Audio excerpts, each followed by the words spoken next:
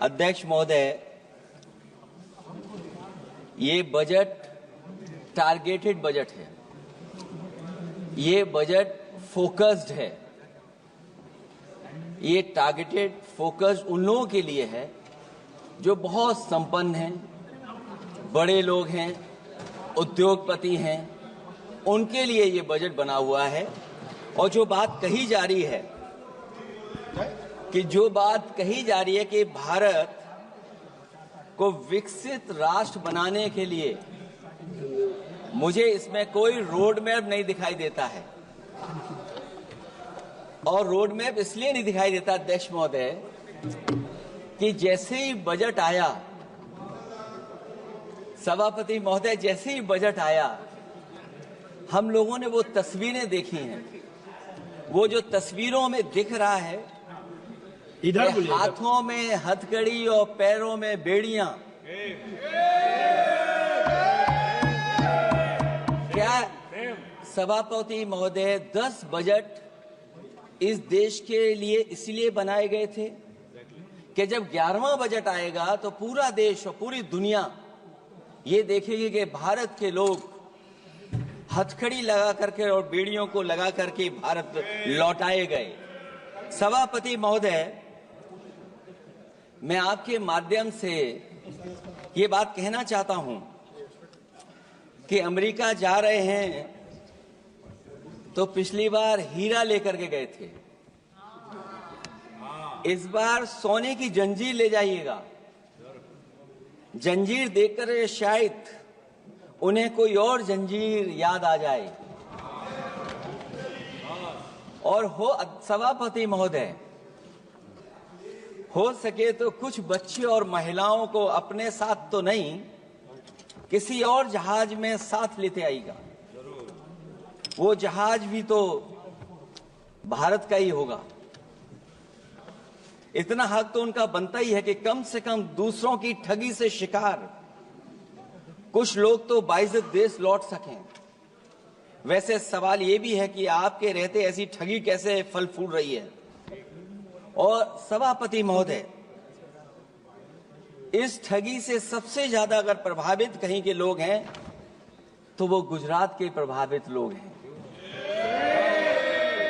क्या यही सभापति हमारे विकसित भारत की तस्वीर है? यादव जी, आप सीनियर मेंबर हैं। सभापति पार्लियामेंट्री वर्ड जो आप बोलते हैं थोड़ा सा सोच समझ के बोलिएगा। ये ठगी वर्ड जो है थोड़ा सा इसको हटा दीजिएगा। सभापति महोदय, एक दूसरी तस्वीर में हम लोगों ने देखी, महाकुंभ, जो 144 साल बाद एक झूठा प्रचार किया गया। 144 साल। सभापति महोदय, बोलने दीजिए। सभापति महोदय, कुछ पॉइंट रेज करा। सभापति महोदय, ये एक मिनट रुकिए, एक मिनट, जस्ट मिनट, एस्ट्रोनॉम, एक minute please, honourable member please, Yadav ji एक मिनट प्लीज, आप बैठिए। सभापति महोदय, यादव जी आप बैठिए, एक मिनट, आप बोलिए। संविधान का आर्टिकल 25, 26, 27 और 28 ये कहता है कि आप किसी भी रिलीजन के खिलाफ किसी प्रकार की बातें नहीं कर सकते। ये लोग एंटी हिंदू है, ठीक है, ये लोग एंटी हिंदू है, ठीक है, पूरे कांग्रेस के। आई गॉट द पॉइंट, देख लेंगे सर, देख लेंगे इसको। I will see, please be seated, आप लोग बैठिए, हम देख लेंगे, सभापति महोदय, हम देख लेंगे, आप बैठिए प्लीज, आप बोलिए, हम देख लेंगे। गौरव जी बोला है ना, प्लीज आप लोग बैठिए, बोलने दीजिए, नेता को बोलने दीजिए, माननीय नेताजी को बोलने दीजिए। वो महाकुंभ की तस्वीर, क्या हो रहा है? ये भड़काना चाहते हैं, ये भड़काना चाहते हैं। सभापति महोदय, ध्यान भड़काना चाहते हैं। एक मिनट, कोई भी ऐसा वर्ड करके नहीं आए हो, कोई भी आस्था के विरुद्ध में बोला, आपको कोई उसको हटा अधिकार दीजिए। नहीं बनता है, आप स्नान करके नहीं आए हो, आपने स्नान नहीं किया कुंभ में। बोल दिया मैंने, बोल दिया प्लीज, आप हटा दिया जाएगा उसको। सभापति महोदय, इन्होंने कुंभ में स्नान नहीं किया। आप इधर देखिए, शहर पर देखिए, उधर मत देखिए, शहर को संबोधन कीजिए। अगर फोटो आई होती तो मैं जैकेट वाली भी फोटो देख लेता। आपका कोई गलत फोटो दिखा है, सभापति महोदय, ऐसा लग रहा है। विकसित भारत की जो दूसरी तस्वीर देखी, जी, वो तस्वीर न केवल हम लोगों को दुख पहुंचाती है, बल्कि तमाम वो सनातन को स्वीकार करने वाले लोग, उनको दुख पहुंचाया होगा।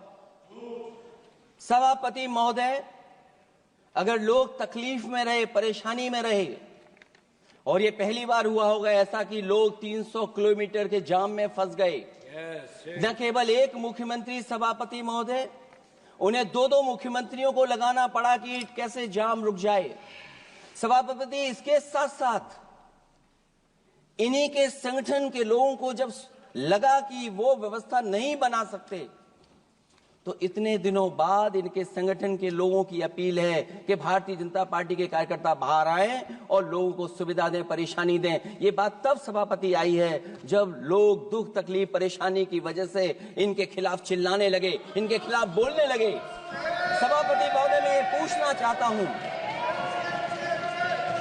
जिस स्नान के लिए प्रधानमंत्री गए हो, देश के राष्ट्रपति गए हो, उपराष्ट्रपति गए हो, मंत्री गए हो, क्या यही विकसित भारत की तस्वीर होगी जिसमें आप ट्रैफिक मैनेज नहीं कर पा रहे हैं? आप हर शहर में यह कहा गया कि कोई शहर से निकले नहीं, सब के सब वहीं पर रुक जाएं, आगे नहीं जा सकते, दर्शन नहीं कर सकते।